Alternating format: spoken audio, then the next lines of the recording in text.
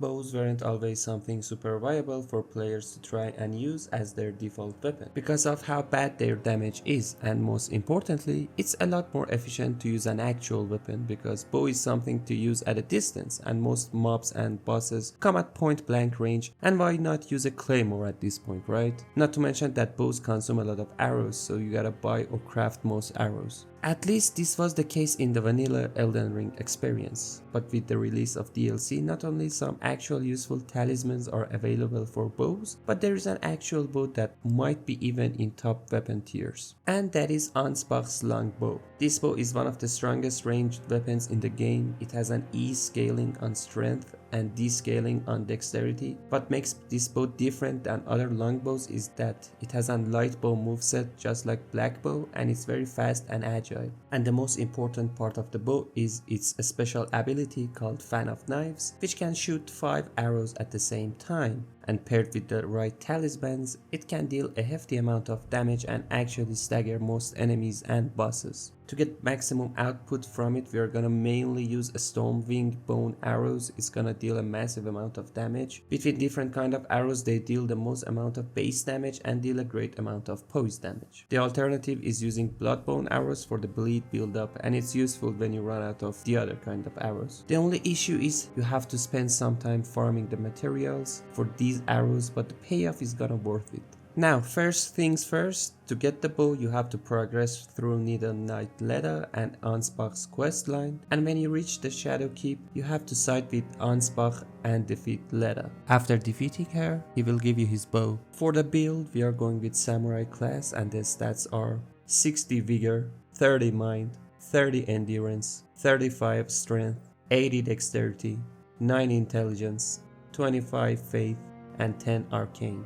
Now to explain the stats, 60 Vigor is the norm, and if you want to survive a few hits, it's a must for every build. 30 Mind is just enough to use the bow's Ash of War, and using simple buffs like Golden Vow and Flame grant me strength. 30 Endurance is essential since using the bow in boss fights doesn't actually mean keeping a distance between bosses. Most of them close the distance in a second, so you have to play like you have a claymore or some other weapon. And the skill uses a lot of stamina, so 30 Endurance feels like a good spot. 35 in strength since the bow also scales with it. If you are over leveled, you are more than welcome to put more points in it. 80 dexterity is the maximum soft cap for leveling up dex, and the bow scales with dex, so 80 dexterity is all we need. 25 faith, so you could use the basic buffs like Golden Vow and Flame grant me strength.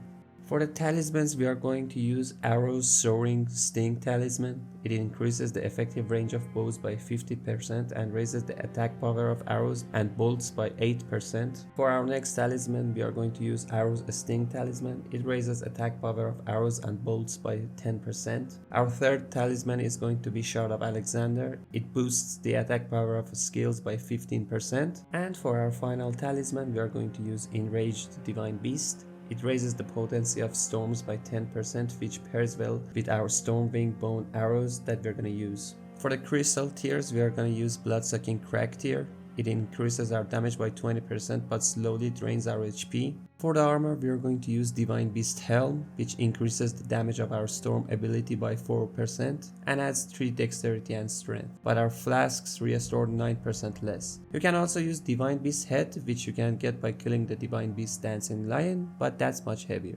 And the other parts of the armor is going to be for drip, so use anything you want. Now let's showcase a few bosses.